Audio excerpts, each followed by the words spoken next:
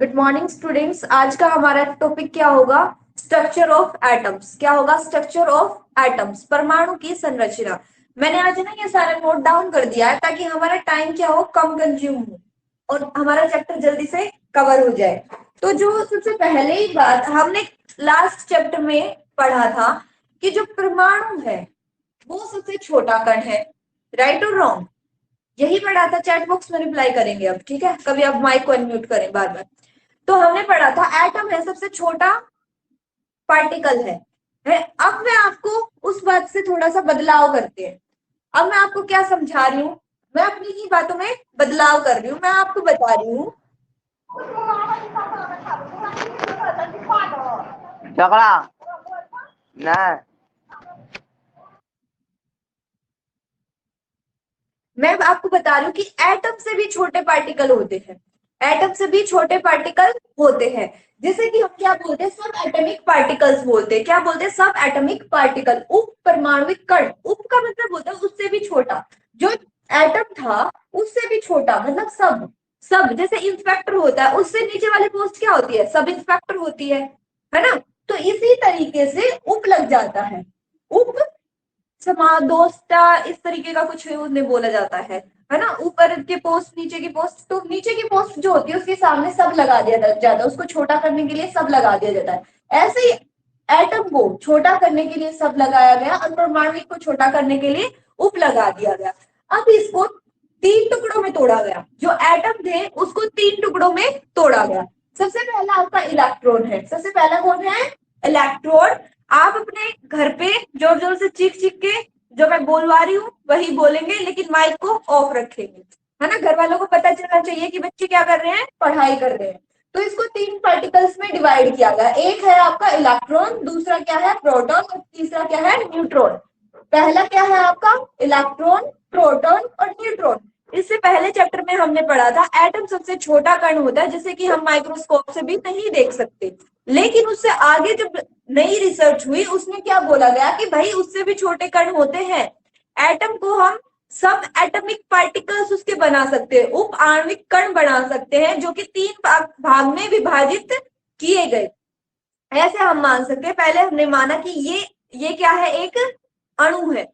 लेकिन उसके बाद जब और रिसर्च हुई हमें पता चला कि भाई इस अणु के भी तीन पार्ट है, एक, दो और तीन। जैसे पहले को क्या बोला गया? इलेक्ट्रॉन बोला गया, दूसरे को क्या बोला गया? प्रोटॉन बोला गया, और तीसरे को क्या बोला गया? न्यूट्रॉन बोला गया। इलेक्ट्रॉन, प्रोटॉन और न्यूट्रॉन बोला गया। न्यूट्रॉन न, ये ऊट रहे ओ की साउंड देता है। ये अर्धचंद्र जो लगा होता है ना, ये ओ की साउंड देता है, न्यूट्रॉन। जो इलेक्ट्रॉन है इसको स्टडी किसने किया? सबसे पहले बात आती है इसको स्टडी किसने किया? इसको स्टडी किया भाई जे जे टॉमसन ने। इसको स्टडी किया जे जे टॉमसन ने। थॉमसन बोल देते कोई, टॉमसन बोल लो, तो जो भी आपकी प्रोनाउंसिएशन हो वही देख लेना। ठीक है? जे जे थॉमसन ने इसको क्या किया? स्टडी किया। उन्होंने क्या किया? एक एक्सपेरिमेंट किया, कैथोड रे एक्सपेरिमेंट किया। उन्होंने क्या किया? एक कैथोड रे एक्सपेरिमेंट किया। कैथोड किरणों का एक्सपेरिमेंट को क्या बोलेंगे? एक्सपेरिमेंट को हिंदी में क्या बोलेंगे?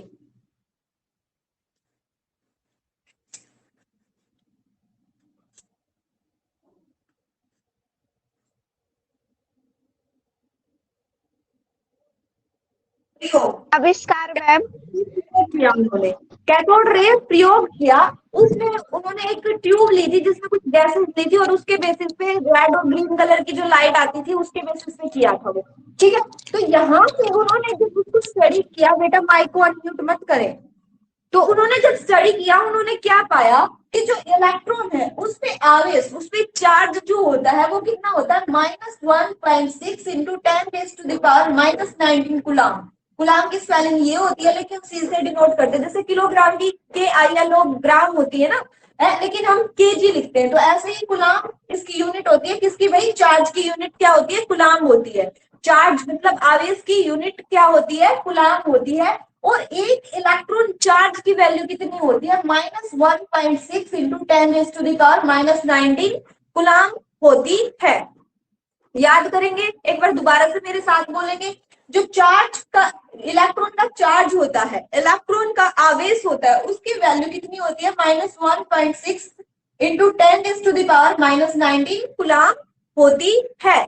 दूसरी बात, उसका जो ये इलेक्ट्रॉन है इसका द्रव्यमान भी बताया उसने उसका क्या बताया, मास भी बताया कि इसका मास कितना होता है। तो इसका मास 9.1 इंटू 10⁻⁻31 केजी होता है। कितना होता है, 9.1 इंटू 10⁻⁻31 केजी होता है। यहाँ पे यूनिट का ध्यान रखेंगे, मास को हम केजी में नापते हैं, चार्ज को हम कूलाम में नापते हैं। ठीक है, तो ये डिस्कवरी किसने की थी भाई, जे थॉमसन ने की थी। इलेक्ट्रॉन की डिस्कवरी किसने की, जे थॉमसन ने की। उन्होंने किस, माइक को अनम्यूट करके नहीं बोलेंगे, म्यूट करके ही बोलना है ना। घर वालों को पता चलना चाहिए कि आप पढ़ रहे हो, है ना।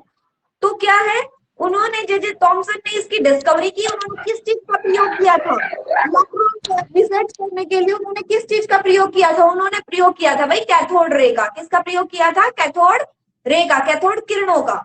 अब उन्होंने बताया कि जो चार्ज है, जो आवेश है, इलेक्ट्रॉन का आवेश जो है उसकी वैल्यू कितनी होती है। उन्होंने बताया उसकी वैल्यू होती है माइनस, साइन को नहीं भूलेंगे, -1.6 इंटू 10⁻⁻19 कूलाम होती है।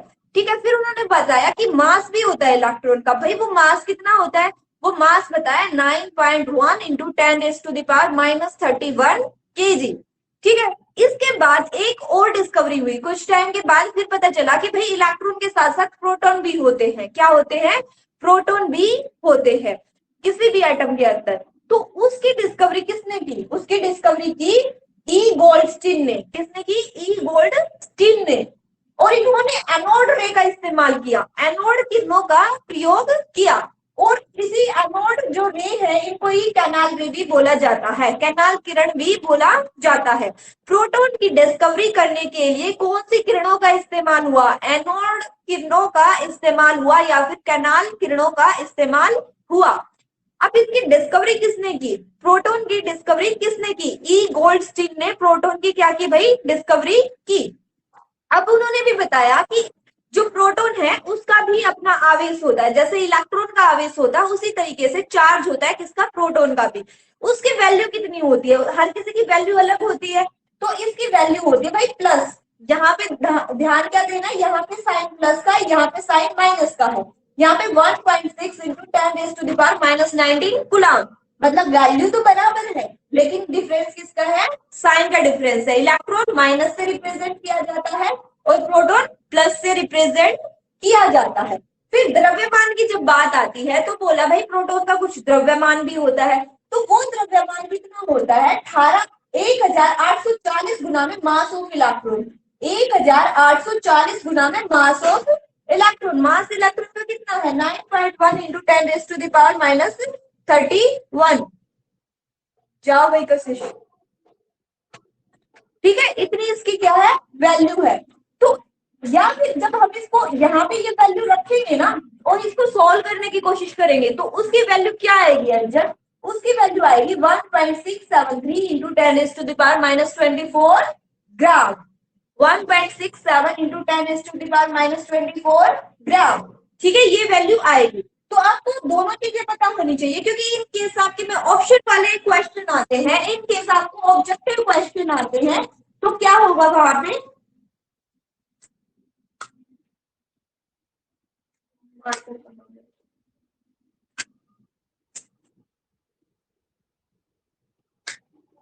इन केस आपको ऑब्जेक्टिव वाले क्वेश्चन आ जाते हैं और ये ऑप्शन दे दिया और ये ऑप्शन दे दिया और तीसरे ऑप्शन में दे दिया ए और बी दोनों सही है। तो आपको कौन सा टिक करना होगा, ए और बी दोनों सही है। तो यहाँ पे भी यूनिट क्या कर लेंगे, केजी कर लेंगे, यहाँ पे भी यूनिट क्या कर लेंगे, केजी कर लेंगे। ठीक है, उसके बाद आया तीसरी डिस्कवरी। फिर तीसरी डिस्कवरी हुई इन दो डिस्कवरी के बाद की न्यूट्रॉन। एक और पार्टिकल होता है एटम के अंदर जिसका नाम होता है न्यूट्रॉन। तो न्यूट्रॉन के बारे में किसने बताया, जे चार्डविक ने बताया। किसने बताया, जे चार्डविक ने बताया। इन्होंने क्या बताया कि जो न्यूट्रॉन होते हैं ना, न्यूट्रॉन होते हैं ये क्या होते हैं, इसके साथ अगर प्रोटॉन को मिला दिया जाए, न्यूट्रॉन जो है इसके साथ अगर प्रोटॉन को मिला दिया जाए तो एटॉमिक मास बनता है।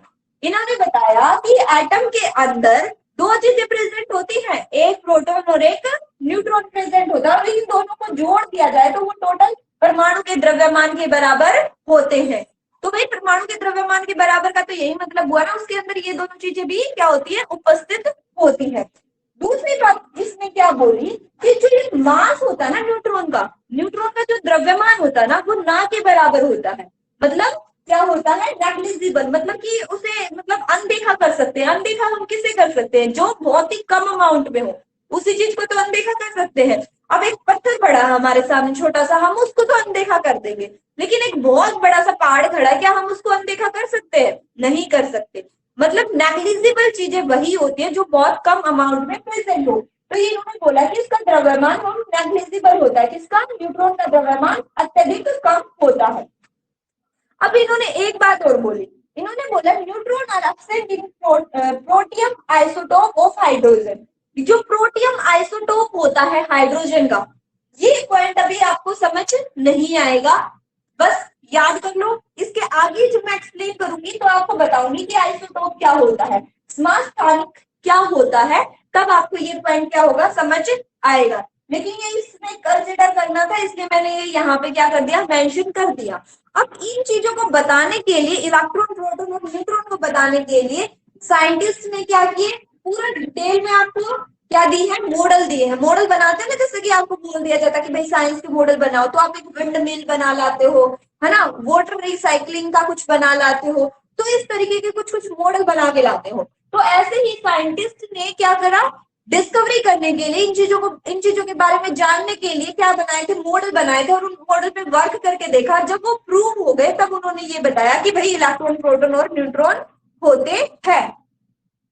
तो सबसे पहले जो एटॉमिक मॉडल है, परमाणु मॉडल है, वो सबसे ज्यादा एक्सेप्टेड, जो सबसे ज्यादा वैल्यूएबल है माना जाता है, वो कौन सा है, मोस्ट एक्सेप्टेबल है quantum mechanical model of atom.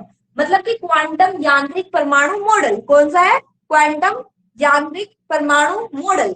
ठीक है, इसमें लेकिन हम पढ़ेंगे नहीं आपकी क्लास में, क्योंकि वो आपने पढ़ना है हायर क्लासेस में। आपकी क्लास में बताए गए हैं 3 मॉडल, आपकी क्लास में बताए गए हैं 3 मॉडल। सबसे पहला है जे थॉमसन वाला, दूसरा है रदरफोर्ड वाला, तीसरा है बोर वाला। ठीक है, हमें 3 मॉडल पढ़ने हैं जो कि एटॉमिक मॉडल है। सबसे पहला थॉमसन एटॉमिक मॉडल, फिर आपका रदरफोर्ड एटॉमिक मॉडल, फिर आपका नील बोर एटॉमिक मॉडल है। ठीक है, तो सबसे पहले मॉडल की अगर हम बात करें तो इन्होंने क्या बोला कि जो अगर हम एटम की स्टडी करें तो एटम को कंपेयर किससे किया गया, आपके तरबूज से, वाटरमेलन से। किससे कंपेयर किया गया, तरबूज से, यानी कि वाटरमेलन से क्या किया गया, कंपेयर किया गया। अब वाटरमेलन को काट के जब आप देखते हैं तो क्या देखते हैं, उसके अंदर एक गोल सा सर्कल सा आपको बाहर से दिखाई दे रहा है, उसके अंदर रेड रेड दिखाई दे रहा है, और बीच में धसे धसे क्या दिखाई दे रहे हैं, बीज दिखाई दे रहे होते हैं, देते हैं कि नहीं, है ना। तो जो उन्होंने बीज दिखाई दिए, उन्होंने इसको नेगेटिव साइन से रिप्रेजेंट किया, है ना। और ये बाकी का जो स्पेस है, जो रेड होता है, ये वो स्पेस है। तो इन्होंने बोला कि जो ये नेगेटिव साइन है ना भाई, इसे इलेक्ट्रॉन बोलेंगे हम, इसे हम क्या बोलेंगे, इलेक्ट्रॉन बोलेंगे, और ये ऋणात्मक होता है। ये नेगेटिव साइन क्या दिखा रहा है कि भाई ये ऋणात्मक होता है, क्योंकि हम यहाँ पे देख रहे हैं कि नेगेटिव वैल्यू है किसकी, इलेक्ट्रॉन की। तो इन्होंने क्या बताया, ये नेगेटिव साइन है, ये ऋणात्मक जो चीज यहाँ पे दिखाई दे रही है, ये छोटा पार्टिकल है एटम से भी, और ये क्या है, इलेक्ट्रॉन है, जो कि ऋणात्मक है। दूसरी बात ये बोली, जो ये खाली स्पेस दिखाई दे रहा है ना, जो आपको तरबूज में ये लाल कलर का जो दिखाई दे रहा है, ये तो बीज है, ये नेगेटिव साइन वाले क्या है, बीज है। उन्होंने ऐसा कंपेयर किया, मतलब एक्चुअल में एटम नहीं है वो, लेकिन एटम को कंपेयर किया गया कि हम मान लेते एक एटम क्या है, एक तरबूज है, उसके अंदर जो धसे हुए बीज है वो क्या है, आपके नेगेटिव साइन वाले इलेक्ट्रॉन है ना, इलेक्ट्रॉन है जो कि नेगेटिव पावर उसमें है। जैसे मान लो होता है ना कि बोलते हैं कुछ गुड पावर्स होती है, पॉजिटिव पावर्स होती है, कुछ नेगेटिव पावर्स होती है, इसी तरीके की कुछ है ना। जैसे भूत प्रेतों को हम नेगेटिव पावर मान लेते हैं, तो यहाँ पे इलेक्ट्रॉन को नेगेटिव पावर माना गया है ना। और जो ये रेड कलर का तरबूज के अंदर जो ये रेड कलर का प्रेजेंट है, ये क्या है, पॉजिटिव है, पॉजिटिव एरिया, मतलब धनात्मक, और इसे क्या बोलेंगे हम, प्रोटॉन बोलेंगे, जो कि ये प्रोटॉन है, जो कि पॉजिटिव साइन से आपको दिखाया गया है। तो हर एक आप है ना जिंदगी में कुछ भी काम कर लो, कुछ भी काम कर लो, कितना ही अच्छा करने की कोशिश कर लो, है ना कुछ नेगेटिव पॉइंट आपके मिल ही जाते हैं। जैसे कि मैं कितनी भी कोशिश कर लूं आपको अच्छा पढ़ाने की, लेकिन कुछ ना कुछ कमियां तो रह ही जाएंगी ना, क्योंकि हर कोई परफेक्ट नहीं होता तो हो सकता है उसकी आपकी कंप्लेन भी हो जाए, है ना, तो उसकी आपकी कंप्लेन भी हो सकती है। तो ऐसे ही हर थ्योरी के क्या होते हैं, ड्रॉबैक भी होते हैं। तो इस थ्योरी का भी एक ड्रॉबैक था। वैसे तो इसने ये बता दिया कि ये नेगेटिव है और ये पॉजिटिव है, तो दोनों चीजें मिला के क्या होगी, न्यूट्रल होगी। एक मान लो कि, एक मिनट, रानी शर्मा, आपको कोई डाउट है बेटा? Rani Sharma, is there any doubt? Ma'am yes और नो?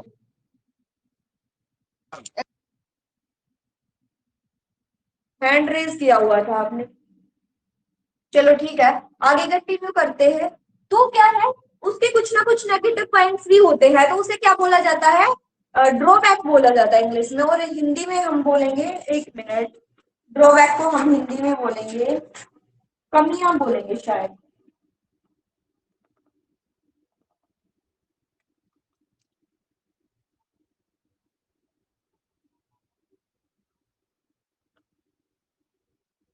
हाँ, कमियां ही बोलेंगे। ड्रॉबैक को बोलते हैं उसकी कुछ कमियां भी होती है, तो इन्होंने अपनी तरफ से बोल दिया कि ये नेगेटिव और ये पॉजिटिव। जैसे कि मान लो नेगेटिव पॉजिटिव को कैसे समझ सकते हैं हम यहाँ पे, जैसे मान लो एक नेगेटिव का है, एक पॉजिटिव का है ना, जब हम इनको जोड़ने की कोशिश करेंगे तो ये कैंसिल आउट होकर जीरो बन जाती है ना। ऐसे ही हमारे पास दो घटा का है, दो जमा का है, जब हम इनको जोड़ने की कोशिश करेंगे तो ये क्या बन जाएगा, जीरो बन जाएगा। तो मतलब क्या हो गया, ये न्यूट्रल हो गया। इसे क्या बोलते हैं, न्यूट्रल हो गया, कि ना तो ये पॉजिटिव का रहा, ना ही क्या रहा, नेगेटिव का रहा, ना ही ऋणात्मक रहा और ना ही धनात्मक रहा। तो इस तरीके की सिचुएशन इन्होंने अपनी तरफ से परफेक्टली एक्सप्लेन कर दी। लेकिन कुछ क्वेश्चन ऐसे थे जिनका जवाब ये नहीं दे पाए। जब जवाब नहीं दे पाए तो दूसरे साइंटिस्ट लोगों ने क्या सोचा, भाई इन बातों का जवाब ढूंढने के लिए अब हमें क्या करना पड़ेगा, और रिसर्च करनी पड़ेगी। साइंटिस्ट लोगों में ये नहीं होता कि किसी की कमी बता दी तो फिर एक दूसरे से नाराज हो जाएंगे कि हमारी कमी कैसे बता दी, हमने तो इतना अच्छा किया है। नहीं, उनको क्या करनी होती है, रिसर्च करनी होती है। जब तक एक दूसरे के काम में कुछ ना कुछ कमी नहीं निकलेगी तो हमें कैसे पता चलेगा कि इससे भी कुछ बेटर एडवांस चीजें हो सकती है। तो जब उनके उसमें मॉडल में कमी बताई गई तो एक नेक्स्ट मॉडल आया जो किन्होंने दिया, रदरफोर्ड ने दिया।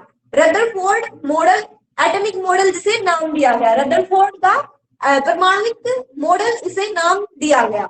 इन्होंने क्या किया, इन्होंने बहुत सारे पार्टिकल्स लिए। ये मैंने एक पार्टिकल दिखाया गया है, तो इन्होंने पार्टिकल लिए जो कि मतलब एकदम, मतलब एक पतली सी शीट ली, एक पतली सी शीट ली। समझो जैसे कि मान लो एक पेपर हो, पेपर भी तो एक शीट ही है। शीट क्यों बोलते हैं इसे, क्योंकि ये बहुत पतली सी लेयर होती है। तो इस तरीके की एक शीट ली और उसमें अल्फा पार्टिकल डाले। क्या डाले, अल्फा पार्टिकल डाले, अल्फा किरणें डाली। ठीक है, तो ये जो किरणें दिखाई दे रही है ना आपको, ये आ रही है, ऐसे जा रही है। और आपको पता है इस पेपर में क्या है, एटम से, ये एटम से मिलके ही बना, क्योंकि हर चीज किससे मिलके बनी होती है, एटम से मिलके बनी होती है। हर चीज की सबसे छोटी यूनिट क्या होती है, एटम होती है। हालांकि उससे भी छोटी चीजें होती है, लेकिन हम अभी मानते हैं कि एटम से मिलके बनी है, क्योंकि यहाँ पे हमारी डिस्कवरी अभी तक हुई नहीं थी, है ना। उस वक्त तक हमें पता था कि भाई ये क्या है, एटम है, इसके अंदर बहुत सारे एटम है। और उन्होंने अल्फा रेज डाली इस पे।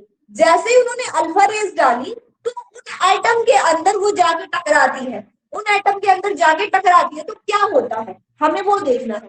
जैसे ही एटम के अंदर जाके टकराई, ये एक वो एटम है, ये पेपर का वो एक एटम है मान लो, है ना।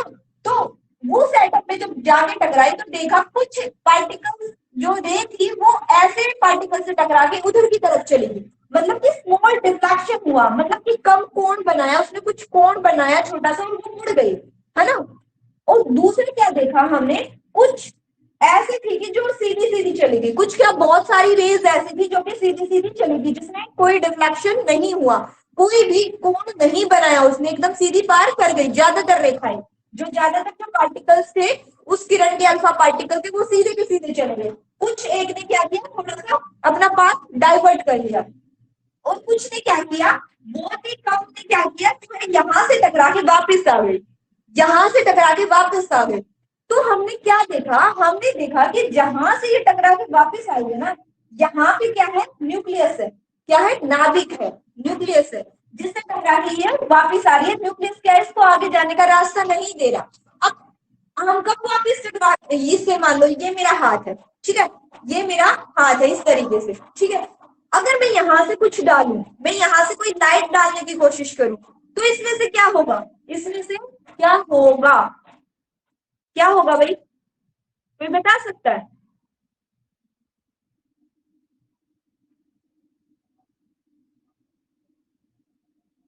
लाइट की रोशनी होगी ना, वो जैसे कि हमने हाथ यूं कर रखा है तो वो फैलेगी उसके द्वारा। हाँ, कई बार आप है ना अपने घर पे एक्सपेरिमेंट करके देखना, टॉर्च होती है ना, टॉर्च या फिर फोन की टॉर्च ले लेना, उसको क्या करना है, यहाँ पे रखना है, यहाँ पे रखना है। 1 मिनट ट्राई करते हैं। मैम एक प्रतिबिंब वो बनाता है जैसे कि हम एक शीशा ले लें, उस पे सूर्य का प्रकाश आता है तो एक अलग सा प्रतिबिंब बनाता है। हम कोशिश करते हैं, अगर आपको दिखाई दिया तो यहाँ पे, जैसे कि मान लो ये लाइट है, हो जाएगा। हाँ, देखो अभी आपको क्या दिखाई दे रहा है, कुछ नोटिस कर पा रहे हो आप? मैम आपका हाथ जो है वो रेड हो चुका है, ऐसा दिख रहा है। क्या सारी जगह से आपको रेड दिखाई दे रहा है?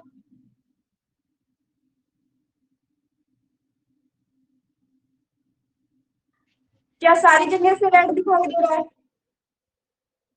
नो मैम, मैम मैम सिर्फ नहीं। उंगलियां।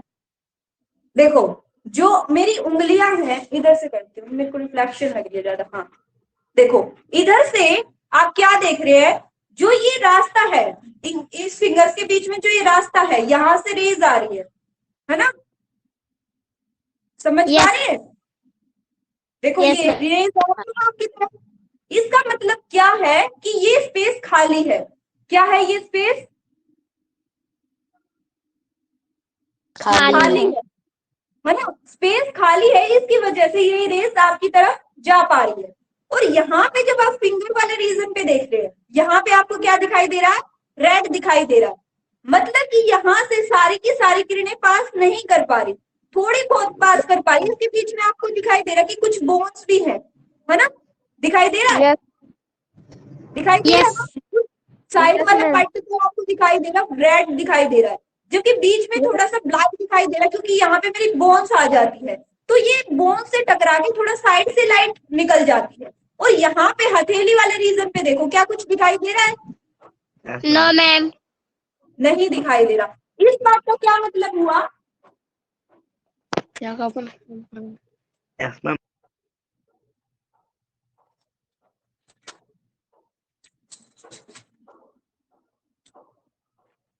इस बात से आप क्या समझे? इस बात से हम ये समझे भाई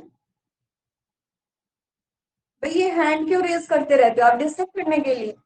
इस बात से हम ये समझे, जहां से रेज पार्ट्स हो रही थी, मतलब वो स्पेस हमारा खाली था। मतलब ये स्पेस क्या है, सीधी जहां से रेज जा रही थी, यहाँ से नो डिफ्लेक्शन, मतलब कि फ्री स्पेस अवेलेबल था। क्या था? फ्री स्पेस अवेलेबल था। और यहाँ से क्या है, थोड़ा सा डिफ्लेक्शन हुआ यहाँ से, मतलब कुछ कण प्रेजेंट थे वहां पे, कुछ कण प्रेजेंट थे, जिसकी वजह से थोड़ा सा टकरा के लाइट ने अपना रास्ता क्या कर लिया, बदल लिया, जो कि हमें यहाँ पे फिंगर पे थोड़ी सी लाइट कलर का दिखाई दे रहा था। और दूसरी बात, जब हमने पाम की साइड पे देखा, यहाँ पे देखा, तो कोई भी हमें लाइट नजर नहीं आ रही थी, क्योंकि वहां पे थोड़ा कंपैरेटिवली मोटा कुछ था जो लाइट को पास नहीं होने दे रहा था, मतलब लाइट उससे टकरा के वापस आ जा रही थी। तो इन्होंने, साइंटिस्ट ने क्या कंक्लूजन निकाला कि जो ये थोड़ा सा टकरा के दूसरी तरफ जा रही है, ये क्या है, आपका इलेक्ट्रॉन है। क्या है? ये आपका इलेक्ट्रॉन है। और जो यहाँ से सीधी रेखा में जा रही है, ये खाली स्पेस है, वहां पे कुछ भी प्रेजेंट नहीं है। और जहां से बाउंस बैक होके आ रही है, ये आपका क्या है, न्यूक्लियस है, जिसमें कि पॉजिटिव चार्ज प्रेजेंट है, पॉजिटिव चार्ज प्रेजेंट है, जिसे प्रोटॉन प्लस न्यूट्रॉन कह सकते हैं हम, कि न्यूक्लियस के अंदर प्रोटॉन प्लस आपका न्यूट्रॉन प्रेजेंट है। क्या आपको समझ आया ये? Yes ma'am. आया ना? तो यही बताया था। लेकिन फिर वही बात है कि भाई कुछ ना कुछ तो क्या होता है, प्रॉब्लम होती है, कुछ ना कुछ तो ड्रॉबैक होती है, कुछ ना कुछ तो क्या होती है, कमियां होती ही है। ठीक है, अब वो कमी क्या थी, उन्होंने क्या बताया कि इलेक्ट्रॉन इसके चारों तरफ घूमते रहते हैं, इलेक्ट्रॉन इसमें घूमते रहते हैं और जो न्यूक्लियस है वो अंदर है। तो दूसरे साइंटिस्ट ने क्या बोला कि भाई अगर इलेक्ट्रॉन घूमते रहते हैं, यहाँ से उसने घूमना शुरू किया और ऐसे ऐसे घूमते जा रहे थे, तो उसकी एनर्जी तो खत्म हो जाएगी घूमते घूमते, है ना। कुछ टाइम के बाद तो वो बिल्कुल बाहर ही चला जाएगा, है ना, अपने जो उसका एरिया है उससे ही बाहर चला जाएगा। ये क्या हो गया, उसका ड्रॉबैक हो गया, है ना, समझ पा रहे हैं। तो ये ड्रॉबैक हुआ तो एक और डिस्कवरी की जरूरत पड़ी। जैनब आपको कुछ पूछना है बेटा? No ma'am. हाँ, तो फिर हमें एक और रिसर्च करनी पड़ी। यहाँ तक हमें पता चला कि प्रोटॉन होते हैं और इलेक्ट्रॉन होते हैं, यहाँ तक पहले में हमारी ये डिस्कवरी हुई हमें। फिर तीसरे में हमें पता चलता है जो कि नील बोर एटॉमिक मॉडल होता है। तीसरे कौन होता है? नील बोर एटॉमिक मॉडल होता है। इन्होंने क्या बताया कि भाई जो अंदर है ना, ये आपका न्यूक्लियस होता है, ये आपका न्यूक्लियस होता है और इसमें प्रोटॉन प्लस न्यूट्रॉन पाए जाते हैं। न्यूट्रॉन पे तो कोई भी चार्ज होता ही नहीं है, हमें पता है, और प्रोटॉन पे पॉजिटिव चार्ज होता है, ये भी हमें अभी तक पता चल चुका था। लेकिन इलेक्ट्रॉन की बात करें तो उसने ये बोला था पहले वाले ने कि वो घूमता रहता है और बाहर की तरफ जाता रहता है। तो इसका जवाब उनके पास नहीं था। तो इन्होंने क्या बताया कि इसमें एक शेल होती है, मतलब एक न्यूक्लियस के बाहर बहुत सारी सेल्स होती है, मतलब कि कोष होते हैं, है ना, उसके अंदर इलेक्ट्रॉन घूमता है, मतलब अपने एक ऑर्बिट में घूमता है, अपने एक कक्ष में घूमता है। जैसे कि मान लो सोलर सिस्टम होता है, अंदर सूरज है, बाहर एक प्लैनेट की एक रिंग होती है, वो अपने पास से जाती है। तो इसी प्रकार से बताया गया कि इलेक्ट्रॉन है ना, इस अपने ऑर्बिट, अपने कक्ष में क्या है, घूमते हैं, है ना। जब अपने कक्ष में घूमते हैं तो ये सवाल ही नहीं उठता कि ये यहाँ से बाहर की तरफ चले जाएंगे। तो इस बात का हमारा जवाब इस थ्योरी ने दे दिया था। और इन्होंने बोला कि जो ये सेल है, जो ये कोष है, इनको के, एल और एम या फिर एन, मतलब इस तरीके से चलता रहेगा, नाम दिया गया। पहली जो सेल है N1 जो है उसे क्या नाम दिया गया? के सेल नाम दिया गया। इसको हम बोल सकते हैं N1 सेल, N1 कोष। इसे बोल सकते हैं हम N2 कोष और इसे बोल सकते हैं N3 कोष, N3 कोष, है ना। और मैंने आपको ये सेल फिल करना भी सिखाया था, ये सेल फिल करना भी सिखाया था। क्या मैं इसको रब कर दूं?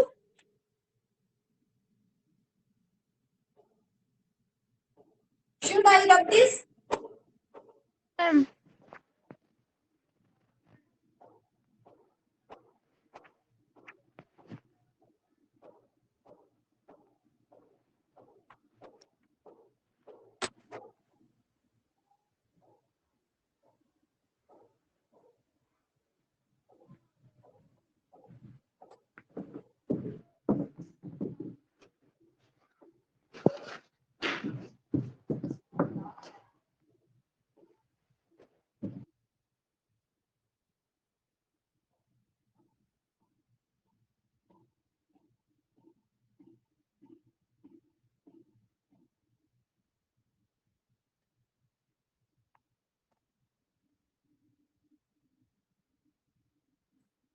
तो इन्होंने बताया कि यहाँ पे एनर्जी की रिक्वायरमेंट नहीं होती। इन्होंने क्या बताया, एनर्जी की कोई लेना देना नहीं है। लेकिन एक मिनट,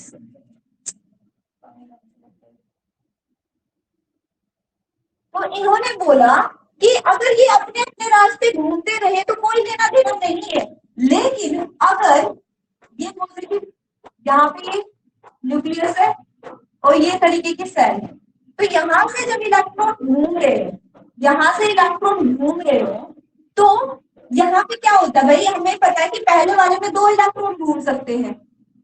सबसे पहली बात, पहले वाले में 2 इलेक्ट्रॉन घूम सकते हैं। उसके बाद मैंने आपको बताया था यहाँ पे 8 घूम सकते हैं। कितने हो गए? 1 2 3 4 5 6 7 8। अगले में भी 8 घूम सकते हैं, है ना। ये डिपेंड करता है कि हम किस एटम की बात कर रहे हैं, किस पार्टिकल की बात कर रहे हैं। तो इन्होंने क्या बोला, ये अपने कक्ष में घूमते हैं जब तक तो इनको कोई एनर्जी की कोई खास रिक्वायरमेंट नहीं होती। लेकिन अगर मान लो इसको यहाँ से इस वाले में आना पड़ जाए, है ना, इस इलेक्ट्रॉन को यहाँ से इस वाले में आना पड़ जाए, या फिर इस इलेक्ट्रॉन को यहाँ से इस वाले में आना पड़ जाए। आना क्यों पड़ेगा? क्योंकि इन्हें कई बार क्या करनी होती है, दूसरे से फ्रेंडशिप करनी होती है। लास्ट लेक्चर में जब हमने पढ़ा था पुरानी क्लास में, तो याद है आपको?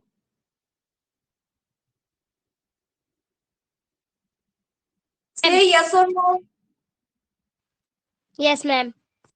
याद है ना? तो उन्हें अगर किसी को अपना फ्रेंड बनाना पड़ता है, तो ये इलेक्ट्रॉन के ऑर्बिट से अंदर या बाहर जाना पड़ सकता है ना? जब अगर इस इलेक्ट्रॉन को किसी कंडीशन में बाहर आना पड़ा, इस इलेक्ट्रॉन को किसी कंडीशन में बाहर आना पड़ा, तो इसे एनर्जी की रिक्वायरमेंट होगी। ये क्या करेगा? एब्जॉर्ब एनर्जी, एब्जॉर्ब एनर्जी मतलब ऊर्जा को क्या करेगा? अवशोषित करेगा। ऊर्जा को अवशोषित करेगा। अवशोषित ऐसे ही लिखा जाता होगा शायद, तो भाई स्पेलिंग मिस्टेक हो सकती है। मतलब कि इसको एनर्जी की रिक्वायरमेंट होगी, वैसे आपको समझ आ रहा होगा ना? एब्जॉर्ब एनर्जी की, ये एनर्जी से चाहिए होगी तभी ये यहाँ से बाहर आ सकता है। अगर देखो मान लो हमें कोई काम करना पड़े, तो हमारे पास एनर्जी होगी तभी तो हम कर पाएंगे। तो उस काम को करने में हमें एनर्जी क्या करनी पड़ेगी? देनी पड़ेगी। तो इसको एनर्जी पहले चाहिएगी, जो उस एनर्जी को एब्जॉर्ब करके ये बाहर की तरफ आ पाएगा। दूसरी बात है, अगर ऐसी कोई कंडीशन हुई कि अंदर बाहर की तरफ से इलेक्ट्रॉन को कहाँ आना पड़े? अंदर आना पड़े। बाहर की तरफ से इलेक्ट्रॉन को क्या आना पड़े? अंदर आना पड़े, तो क्या करेंगे? ये एनर्जी को क्या करेगा? रिलीज करेगा। क्या करेगा? Release energy.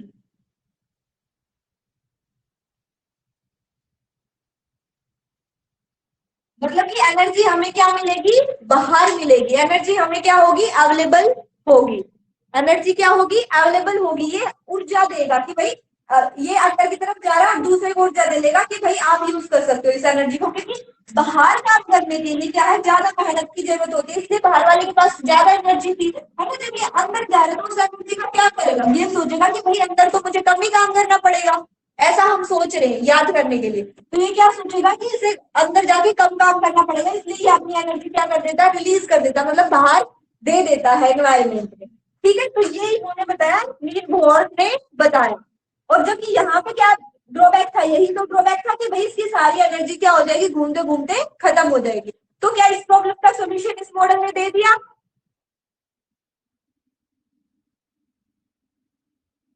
से यस और नो।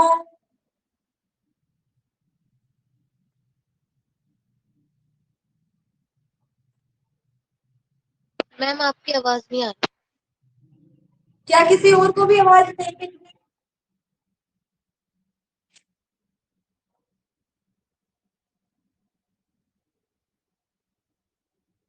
क्या मेरी आवाज मिल पा रही है सबको? Yes ma'am. ओके, तो हम आगे चलते हैं। अब इसके बाद एक चीज आती है कि भाई इलेक्ट्रॉन की वैलेंसी कैसे पता करें? बोहर-ब्यूरे स्कीम जो होती है, क्या होती है? एक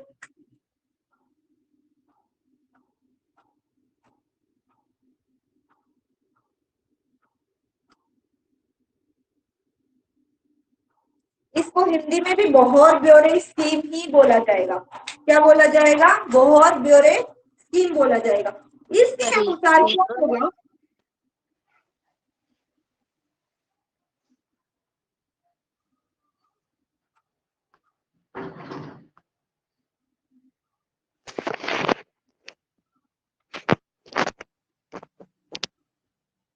बोर-बरी नियम, बोर-बेरी और ब्यूरी यूनी बड़ी नियम बोला गया, बोर-बेरी नियम। अब ये नियम। नियम क्या बताता है?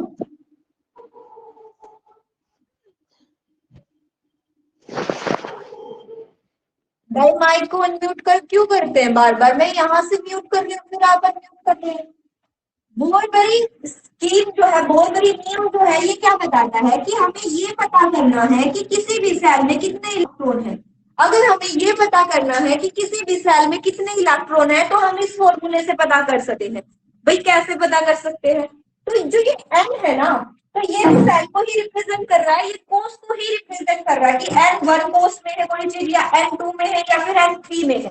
तो हमें पहले के लिए निकालना है, पहले के लिए निकालना है तो हम कैसे निकालेंगे, N1 के लिए निकालना है, मतलब K सेल के लिए निकालना है, या फिर आपको बोल दे K सेल के लिए निकालो, K कोष के लिए निकालो, K कोष के लिए निकालो कि उसमें कितने इलेक्ट्रॉन प्रेजेंट होंगे, नंबर ऑफ इलेक्ट्रॉन निकालने का, नंबर ऑफ इलेक्ट्रॉन इस फॉर्मूले से निकल जाते। तो हम क्या करेंगे, 2 रखेंगे इनटू n की पावर, वैल्यू कितनी दी गई है हमें, 1 दी गई है, और इसकी पावर कर देंगे 2। इसको सॉल्व कैसे करते हैं, इसका मतलब समझते हो, इसका मतलब होता है 2 इंटू 1 इंटू 1, ये ब्रैकेट ही मान लेते हैं।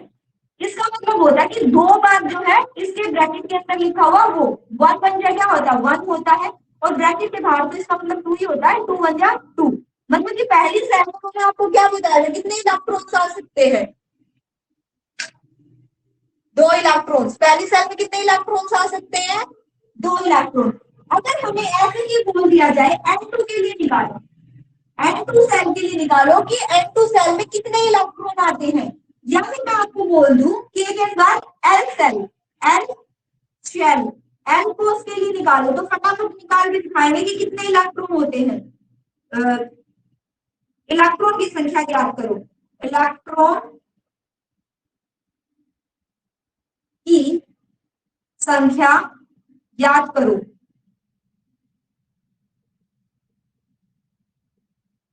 Find the number of electron, find the number of electrons in L cell, या फिर N2 शेल। निकाल के दिखाओ जल्दी से, किसके लिए निकाला, 2 के लिए निकालो इलेक्ट्रॉन की संख्या, ये वाला फॉर्मूला यूज करना है हमें।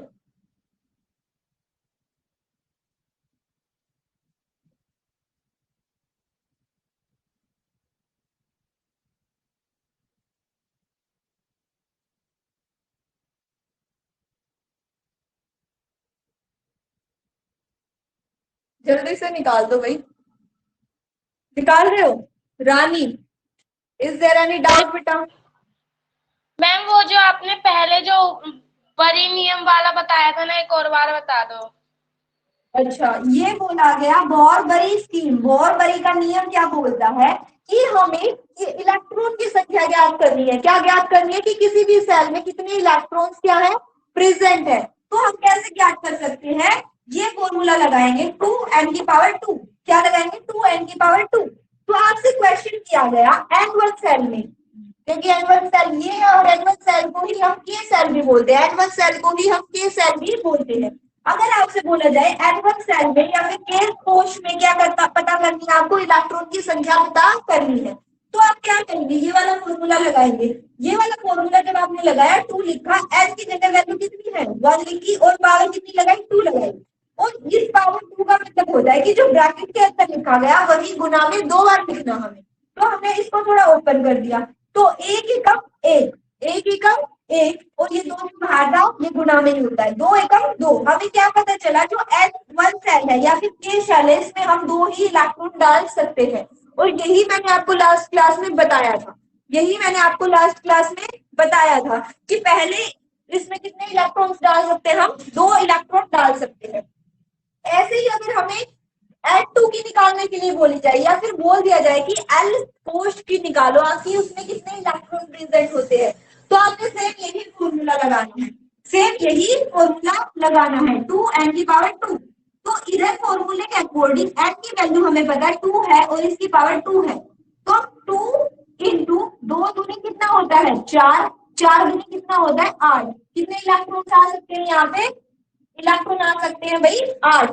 फिर तीसरे के लिए निकालते हैं, अगर हमें बोल दिया जाए N3 के लिए निकालो, तो हम कैसे निकालेंगे, 2n की पावर 2 इज इक्वल टू, तो इसको कैसे निकालेंगे 2 इंटू 3 की पावर 2, 3 की पावर 2, और 2 इंटू 3 की जगह होता है 9, 9 दूनी क्या होगा 18। तो भाई क्या बोल रहे हैं यहाँ पे कि भाई तीसरी सेल में इलेक्ट्रॉन कितने आ सकते हैं 18। लेकिन ये तो बात मैंने आपको ऐसी बताई नहीं, पता है बेटा, ये कॉन्सेप्ट क्लियर कर दूं वरना रह जाएगा। ठीक है, तो ये क्या है, बोल रहा है 18 इलेक्ट्रॉन, लेकिन मैंने लास्ट क्लास में आपको बोला था कि भाई हर सेल में हम 8 इलेक्ट्रॉन डाल सकते हैं। तो भाई 18 की इसकी कैपेसिटी है, 18 इसमें आ सकते हैं इन केसों से किसी के साथ कंप्रोमाइज करना पड़ जाए तो, लेकिन हम डालते कितने हैं, 8 ही डालते हैं। हमारा डालने का तरीका क्या होता है, 8 ही होता है। जैसे कि मान लो हाइड्रोजन का तो है ही वो, जैसे कि हमने वो करके देखा था ना 2 8 8, है ना, यहाँ पे एक बार 7 करके देखा था हमने, है ना। तो वो किस बेसिस पे डाल देते, क्योंकि हमें पता है इसमें मैक्सिमम हम कितने डालते हैं, 8 डालते हैं। अगर हमें इससे ज्यादा डालने पड़ जाए 8 और मान लो 9 आने थे यहाँ पे, तो हम यहाँ पे इसके बजाय ये डालते हैं, इसकी बजाय क्या डालते हैं, ऐसे डालते हैं। जैसे कि एल्यूमिनियम के लिए बात कर ले, एल्यूमिनियम का क्या होता है, 13 होता है। एल्यूमिनियम का क्या होता है, 13 होता है। तो उसको हम कैसे डालेंगे, 2 + 8 10, 10 हो गई। 10 के बाद यहाँ पे 3 डालते हैं, है ना। अगर इसके बाद हम बात कर ले, एक किसकी कर सकते हैं हम, पोटेशियम की कर ले। पोटेशियम का कितना होता है भाई, 19 होता है। तो 19 को डालने के लिए 2 + 8 क्या होगा, 10। 10 के बाद 8 भी डालते हैं यहाँ पे, या फिर 9 डालोगे, 9 डालोगे, मैम 8 डालेंगे। डालेंगे। ये तरीका क्या है, गलत है। तो हम इसको कैसे डालेंगे, 2 8 8 और 1। अब भाई इसके पास कैपेसिटी हम बोल रहे हैं कि जो ये वाली सेल है, थर्ड जो सेल है आपकी, एम सेल है, उसमें कैपेसिटी तो 18 की है, लेकिन हम डालते नहीं है। यहाँ पे डालते कितने हैं, 8 ही डालते हैं। तो ये आज की क्लास है आपकी भाई, आज की क्लास यही है। इसको पढ़ के आएंगे, कल की क्लास में ये चैप्टर कंप्लीट हो जाएगा। अच्छे से पढ़ के आना, कोई भी डाउट है तो कल ही पूछ लेंगे। अलग से डाउट सेक्शन नहीं रखूंगी मैं, क्योंकि ये आपका बहुत कम रहता है, बहुत कम मतलब पॉइंट्स रहते हैं इसमें, तो जल्दी ही कंप्लीट हो जाएंगे। तो डाउट सेशन आपका इस चैप्टर का कल ही होगा। ओके बेटा, बाय बाय। आप अपनी दूसरी क्लास ले सकते हैं।